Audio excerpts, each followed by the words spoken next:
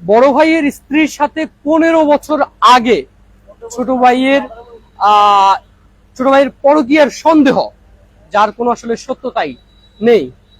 কিন্তু 15 বছর পর নৃশংসভাবে ছোট ভাইকে মরিচের গুঁড়ো প্রথমে চোখে দিয়ে ঠিক মধ্যরাতেই বলা চলে, মধ্যরাতে নৃশংসভাবে তাকে হত্যা করে তার লাশও গুমের চেষ্টা করেছেন তারই বড় ভাই। তো দর্শক, এমনই একটি চাঞ্চল্যকর খবর আমরা প্রায় 2 ঘন্টারও বেশি সময় ধরে অপেক্ষা করছিলাম। বিস্তারিত তার স্বজনদের সঙ্গে কথা বলছি, তার প্রতিবেশী প্রত্যক্ষদর্শী যারা আছেন তাদের সঙ্গেও আমরা কথা বলছি। তথ্য সংগ্রহের বিষয়টা জেনে আসলে অনেকটাই কিন্তু অবাক হওয়ারই মতো। এমনই একটি চাঞ্চল্যকর খবর। ঘটনাটি ঘটেছে, আমরা পুলিশের সঙ্গে কথা বলে যেটি জানতে পেরেছি যে 4টা বাজে 10 মিনিটে তার মৃতদেহটি উদ্ধার করেছে পুলিশ। অর্থাৎ মুটুবি ইউনিয়নের পূর্ব কচুয়াতে এই ঘটনার সূত্রপাত।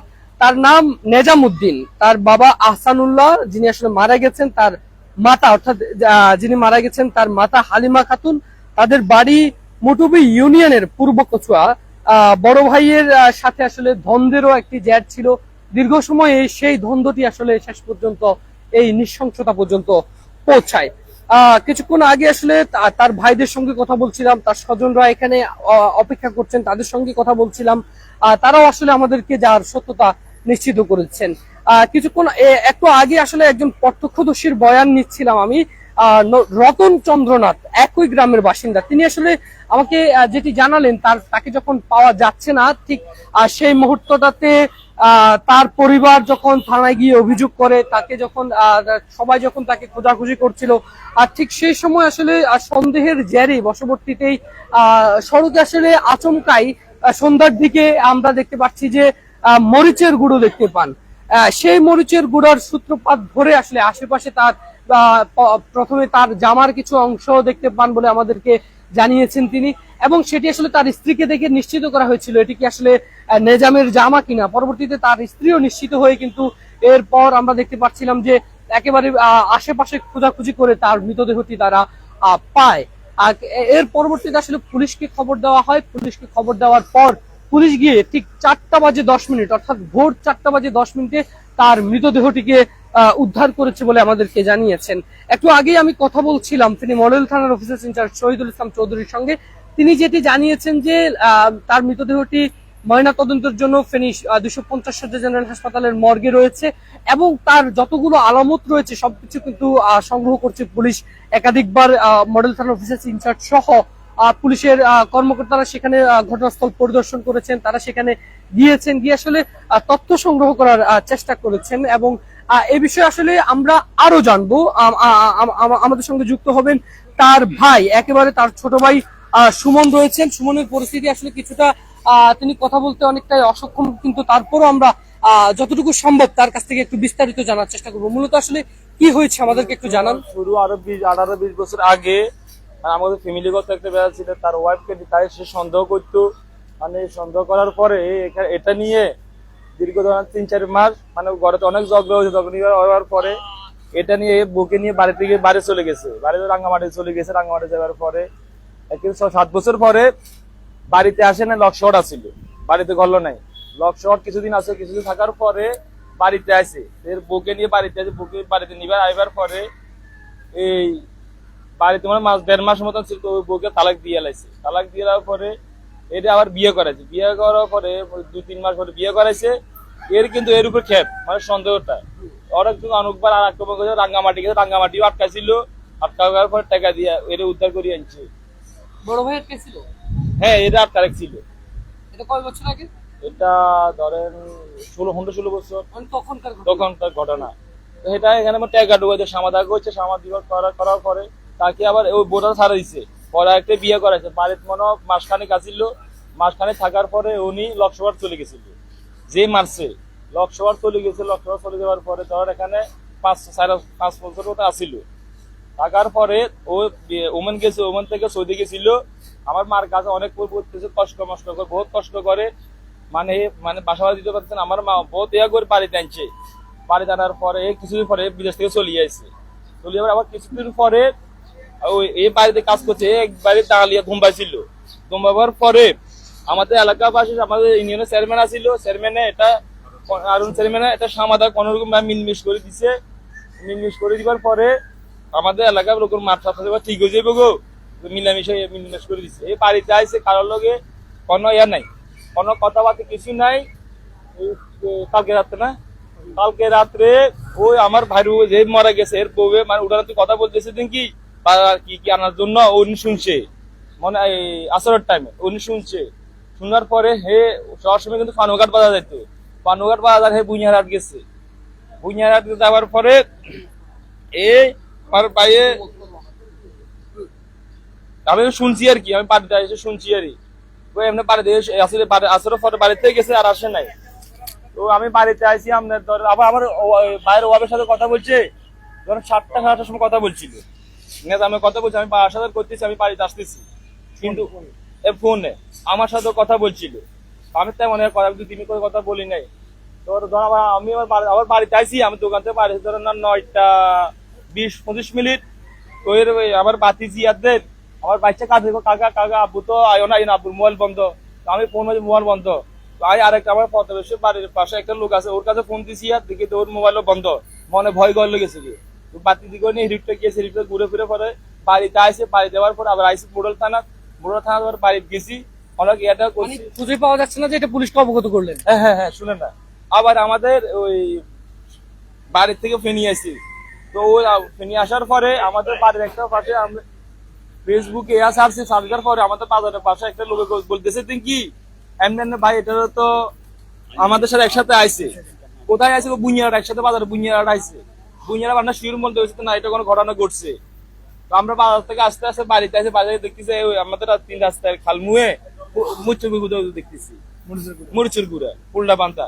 তো এগুলা দেখে এখানে সন্দেহ করলে গেছে, হে যে বলছে কি দা দিয়া কয় মরিচ মারি দিব, এগুলা দেখে আর সন্দেহ করতে একটু ধর এতে ধর না 8-10 হাত একটু সামনে গেলে এখানে এর জঙ্গলের মচইয়া লাইছে, জঙ্গলের মচইয়া লাইছে। আমি তার বাড়িতে এটা হালা দিচ্ছে, যার তার তুই না দুধ দেখছি, দুধ আরেকখান দেখছি, উত্তরা ঘুরাই দিকে হ্যান্ড হাত তলে দিয়া বুড়ি রাখছে, মৃতদেহ পড়ে হয়েছে। আমরা 2-3 ভাইয়ে 2 ভাইয়ে নিয়ে আসি উপরে তুলে রাখছি। আপনারা কি চান? আমরা বিচার চাই, সুষ্ঠু বিচার চাই। হ্যাঁ, দর্শক আমরা কথা বললাম তারই আরেক ছোট ভাই, অর্থাৎ তার বড় ভাইকে তার বড় ভাইকে হত্যার দায়ে আরেক বড় ভাইয়ের তিনি বিচার চাইলেন। তার ভাই হালিম আমাদেরকে জানাচ্ছিলেন এই বিষয়ে। আমরা একটু আর একটু কথা বলবো, আমাদের সঙ্গে তার একজন স্বজন রয়েছেন এবং দায়িত্বশীল ব্যক্তি। আমি যদি বলি সাবেক কমিশনার, আমাদেরকে একটু জানাবেন আসলে এই বিষয়টা সম্পর্কে আপনি কি জানেন? ধন্যবাদ। আজকে যে নৃশংসভাবে হত্যা হয়েছে সে আমার আপন খালাতো বোনের জামাই। 5টা আমি ফোন পাইছি যে এরকম একটা ঘটনা ঘটছে।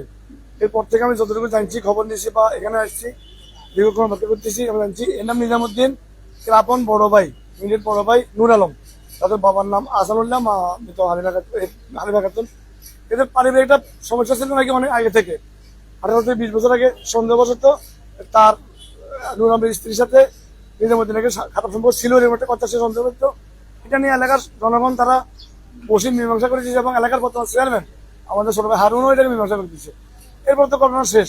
আর এই নিজামুদ্দিন তার ওয়াইফকে নিয়ে ফেনীতে আমার বাসার পাশে ভাড়া থাকে, তার বাচ্চা 2টা আছে, বাচ্চাকে নিয়ে ভাড়া থাকে, এখানে এলাকা ভাড়া করে। ঈদ উপলক্ষে তার বউ বাড়িতে গেছে, সেই সুবাদে কালকে সে দোকান বন্ধ করে দিকের পারে তার বাড়িতে গেছে। যাওয়ার পরে সম্ভবত বুইয়ারহাট এলাকায় যাওয়ার পরে চিন্তা করে বাড়ি যাওয়ার পথে এই যে একটু আগে তার ছোট ভাই বর্ণনা দিল যে তার ইউনিয়ন বড় ভাই যেটা নূর আলম, তাকে প্রথমে চোখের মধ্যে মনোযোগ করে মারা দিবার পরে সে তো একদম আর কিছু করতে পারতেছে না ঠিক। তারপরে তাকে উপর পরি ধারালো অস্ত্র দিয়ে কোপাই তাকে নৃশংসভাবে হত্যা করে এবং তাকে ট্রেনে রাস্তার পাশের জোবের মধ্যে নিয়ে তার রাস্তায় গুম করে রাখে। পাশে তার স্যান্ডেল শার্ট এগুলো পড়ে থাকে। তখন তার ভাইরা, ছোট ভাই বড় ভাই গ্রামের গণ্যমান্য ব্যক্তিরা বাইরেও যখন খোঁজাখুঁজি করতেছে 4টা 10 মিনিটে তার লাশটা এখানে শনাক্ত করে। তারপর তারা ফের তারা ফোন করে, পুলিশ যায়, পুলিশ তদন্ত করে সত্যতা। আমরা অবশ্যই কঠিন থেকে কঠিন শাস্তি, যেটা নূর আলমের সর্বোচ্চ শাস্তি ফাঁসি আমরা দাবি করি। কারণ সে নৃশংসভাবে একটা লোককে হত্যা করছে, তার 2টা বাচ্চা আছে, একটা বউ আছে, অল্প বয়সী বউ এবং তার 2টা বাচ্চা, একটা লাইনে পড়ে, একটা ফ্যামিলি স্কুলে পড়ে। এই জাতীয় একটা সংসার এখন ধ্বংস করে দিয়েছে। আমি মনে করি এই জাতীয় একটা অপরাধীর জঘন্য শাস্তি যদি না হয়, কঠিন শাস্তি না হলে, তাহলে পরবর্তীতে আসামিরা এই জাতীয় জঘন্য অপরাধীরা আরো বেশি প্রশ্রয় পাই যাবে। ওই জন্য কঠিন শাস্তি দিলেই আমার মনে হয় এই জাতীয় ঘটনাটা কিছুটা হলেও লোপ পাইব আস্তে আস্তে।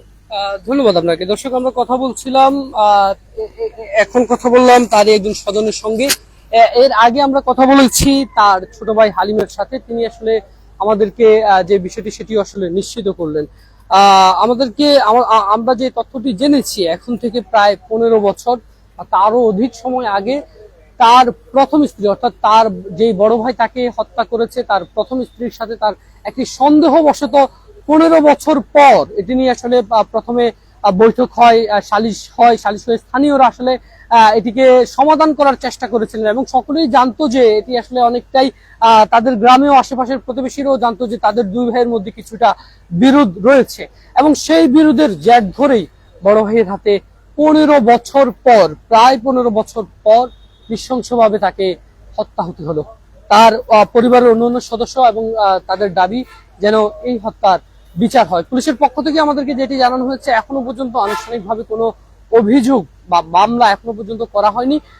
পুলিশের যে সকল তথ্য সংগ্রহের কাজ সেটি পুলিশ করছে, তবে যত দ্রুত সম্ভব যদি অভিযোগ অথবা মামলা দায়ের করা হয় তাহলে পুলিশ বিষয়টি তদন্ত করে দেখবে বলে আমাদেরকে জানিয়েছে। এই ঘটনার সাথে সাথে ফেনীর মানুষ সচেতনতার বিকল্প নেই, সামাজিক অবক্ষয়ের বিকল্প নেই, সামাজিক বন্ধনের যে অবক্ষয় সেটি আসলে দিন দিন আমাদের আরো বেশি বৃদ্ধি পাচ্ছে, যেটি আসলে আমরা প্রতিনিয়তই আপনাদেরকে সংবাদগুলো জানাতে আমরা বিভিন্ন সময় যুক্ত হয়ে থাকি। এগুলো জানানোর পর যারা দেখছেন, এই ঘটনাটি তো আর রোধ করা সম্ভব হয়নি, কিন্তু এই ঘটনাটি দেখে যদি ফেনীর 18 লক্ষ মানুষ যদি সচেতন না হয় বা সচেতন হয়, তাহলেই এখানেই মূলত এখান থেকেই শিক্ষা নেওয়ার বিষয়।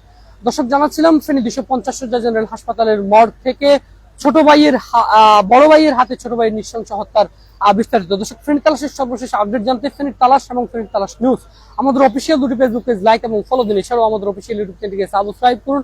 সারা দেশের সকল সংবাদ জানতে ভিজিট করুন www.fenirtalas.com এবং প্রতি সোমবার সংগ্রহ করুন জাকির হোসেন সাহেব সম্পাদনা এবং প্রকাশনায় ফেনীর তালাশের পত্রিকা। দর্শক, ফেনীর তালাশের নাম ব্যবহার করে ভুয়া ফেসবুক পেজ খুলে ফেনীর তালাশের নাম হুবহু কপি করে বিভ্রান্তিকর তথ্য গুজব ছড়ানো হচ্ছে। এক্ষেত্রে অবশ্যই আপনারা সতর্কতা অবলম্বন করবেন। ফেনীর তালাশ দায়িত্বশীলতা এবং পাঠকদের জনপ্রিয়তার কথা বিবেচনা করে আমরা দীর্ঘ সময় ধরে একদম খবরের পিছনের ঘটনাগুলো যাচাই বাছাই করে পাঠকদের সামনে, ফেনীর মানুষের সামনে, দেশের মানুষের সামনে তুলে ধরার চেষ্টা করি এবং সেটিকে আসলে বিতর্কিত করে ফেনী তালাশের নাম ব্যবহার করে বিভিন্ন জায়গায় নাম বিক্রি করছে। এক্ষেত্রে অবশ্যই আপনারা সচেতনতা এবং সতর্কতা অবলম্বন করবেন। আমি আকাশ, ফেনীর তালাশ, ফেনী।